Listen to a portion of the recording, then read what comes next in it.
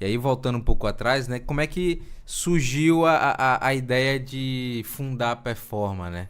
Eu acho que é um tema bacana pra gente. Como é que você disse, cara, isso aqui, o negócio tá pegando, vou começar a montar uma estrutura, né? Para que passe uma nova visão, mas também passe a ter uma linha de trabalho minha, né? Como é que surgiu essa busca? Bom, eu esbarrava sozinho, né? Quando eu atendia sozinho, quando eu era um analista carreira solo, eu esbarrava no nível competitivo dos atletas que eu atendia.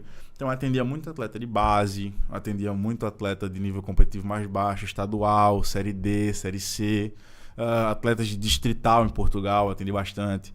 Então eu atendia um nicho de atletas de nível competitivo mais baixo. Então eu entendi que para eu conseguir chegar nos atletas de nível competitivo mais alto, o cara Série A do Campeonato Brasileiro, o cara de Champions League, de Premier League, de sei lá, de La Liga, etc., seleção brasileira, eu ia ter que contratar novos analistas, reunir forças ali com outras pessoas para que isso acontecesse. Então eu já tinha esse desejo, né, de crescer, de atender atletas de nível competitivo. Era um sonho, né, atender atletas de nível competitivo mais alto. E aí eu já fazia isso. Concomitantemente, eu já prestava serviço de scouting, ou seja, serviço de mapeamento de mercado para empresários. Foi uma coisa que foi a minha principal fonte de renda durante um período importante ali em Portugal. Eu prestei serviços para empresários de Portugal. Eu trabalhei em parceria durante um tempo com uma empresa da Itália muito forte também, onde eu fazia mapeamento de atletas para eles, enfim.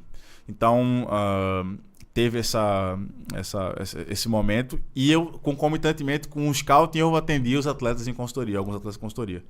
E eu ainda tinha uma terceira atividade, que era ensinar pessoas, ou seja, produzir conteúdo e tentar monetizar o meu conteúdo com publicidade, etc. E também ensinar pessoas a olhar para o jogo a partir dessa ótica, né? Ou seja, estimular que o debate no Brasil, com quem me seguisse ali, tivesse essa ideia de que o jogo pode ser levado para um caminho de profissionalismo ali. Então, nessa caminhada, eu disse, se eu quiser crescer isso aqui, eu vou precisar me juntar com outras pessoas que têm acesso a atletas de nível competitivo mais alto, que tenham um conhecimento parecido com o meu, que enxergue o mundo a partir do mundo do futebol, né? Obviamente, a partir dessa ótica.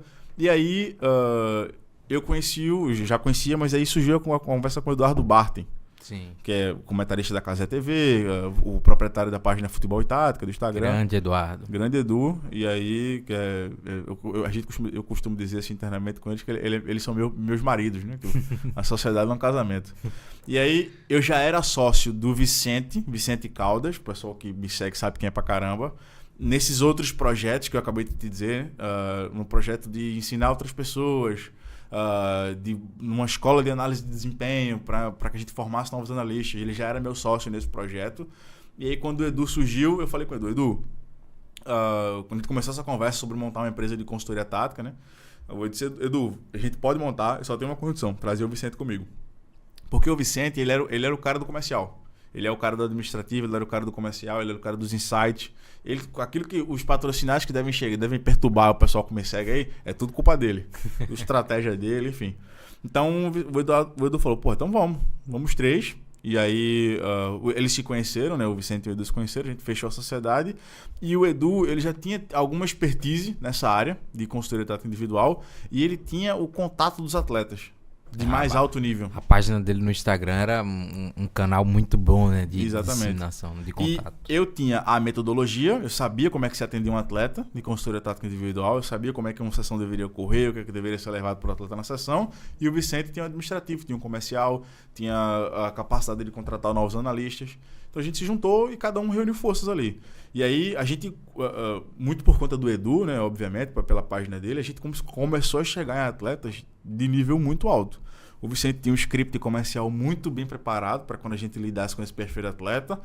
Eu tinha desenvolvido a metodologia, que é a metodologia que a gente utiliza na Performa até hoje, de análise. E o Edu era o Relações Públicas, vamos dizer assim, né? E o Edu também é analista, né? Então o Edu não é somente ele não era somente alguém que tinha os contatos, ele também era um muito bom analista. Então, quando a gente se juntou, o melhor dos mundos aqui. Então, Match perfeito. Match perfeito. E a gente começou a abordar atletas, muito pelo Instagram do Edu. Eu já tinha alguma relevância também nas redes sociais, então já tinha alguns atletas que me seguiam ali. E agora não era mais somente eu abordando o atleta, tem uma empresa por trás. Então, olha essa empresa. Já passa mais credibilidade, né? Já passa mais credibilidade. Então, muitos atletas que a gente atende hoje, cara, eu comecei a atender. Se eu não comecei a... Não, mentira. Mas são atletas que chegaram por mim, assim. O Pedro Augusto. Fortaleza. Fortaleza. O Iago, lateral que joga no Augsburg, ex-internacional. Entre outros. Mas os atletas maiores que a gente tem hoje, o Bruno Guimarães, o Matheus Cunha, o Nino, foram atletas que chegaram pelo Edu. Ou seja, a fonte, né? O canal de comunicação com os atletas foi o Edu. Então, pra gente foi o melhor dos mundos. E cada um, a gente aprende entre si, né? Ou seja, hoje eu sei mais da parte comercial, porque eu convivo muito com o Vicente.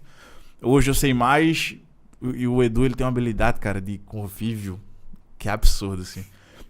É impossível tu tá numa mesa de bar com o Edu e tu não gostar dele. É impossível. Parece ser um cara espetacular, né? Só acompanho pelas redes sociais, vejo uma fotinha ou outra ali e vejo que o cara era boa praça demais. E isso transcende, né? Então, esse sentimento os atletas têm também, né? Quando o cara conhece ele. Então, isso era um chamariz muito grande, muito bom para trazer os atletas para dentro da empresa. E o Edu também é muito... Para que isso fique claro, ele também é muito bom analista. Ele tem uma capacidade oratória muito boa. Até que os conteúdos que ele produz lá na Futebol e Tática fazem muito sucesso, né? Exato. E eu sei que eles aprenderam muito comigo também sobre metodologia, sobre como a sessão deve ser conduzida, quais são os materiais importantes, profundidade na análise, porque o meu grande diferencial sempre foi o nível de profundidade que eu conseguia chegar nas minhas observações sobre o jogo. Capacidade, o que eu mais falo no meu Instagram, capacidade de leitura e interpretação dos conteúdos táticos do jogo. Eu tenho, modéstia à parte, eu sei que eu tenho uma análise mais profunda que a média, então que eu trago esse olhar. Então eu sei que eles também aprenderam isso comigo. Então foi ali uma salada, vamos dizer assim, que deu muito certo. E o nosso crescimento, cara, a empresa tem 2 anos. Acho que tem 2 anos. Se eu não tenho enganado, é de 2021 a empresa. Eu acho que é setembro de 2021. Está fazendo 2 anos agora. A gente tem um crescimento absurdo nesse período. A gente... A Outlier, né, que é a nossa principal concorrente no mercado hoje, que a gente tem um bom relacionamento com o Diego, inclusive com o proprietário, que ele dominava o mercado na altura. Cara, a gente passou os caras muito rápido, velho. Muito rápido. Isso tem muito... O segredo disso é muito o relacionamento que a gente tem entre a gente e como isso reflete no restante da empresa. E como é que está estruturado hoje a Performa, né? Você falou dos seus sócios, mas também tem alguns analistas por trás. Como é que está hoje estruturado o corpo da Performa? Boa. A estrutura da Performa hoje é o seguinte. A gente tem... Cara, eu não sei... A gente acabou de fazer contratação de analista. Então, a pessoa que saberia isso era o Vicente. Mas eu acho que a gente tem 15 analistas na empresa. Além de mim e do Edu. Somos 3 sócios. Eu, o Edu e o Vicente, e a gente tem 15 analistas abaixo da gente. Esses analistas, eles são divididos entre analistas editores e analistas apresentadores. Os analistas editores é o cara que assistiu o jogo do atleta, sei lá, porque ele viu no Scout, ou porque ele tagueou ao vivo, e aí ele edita esse material de acordo com o nosso protocolo, para que o analista apresentador apresente nas sessões. Então, todo o material é visto pelo menos por 2 pessoas. Pelo analista editor, que produziu o material, e pelo analista apresentador. E os atletas de mais alto nível da empresa, a gente chama de triple check.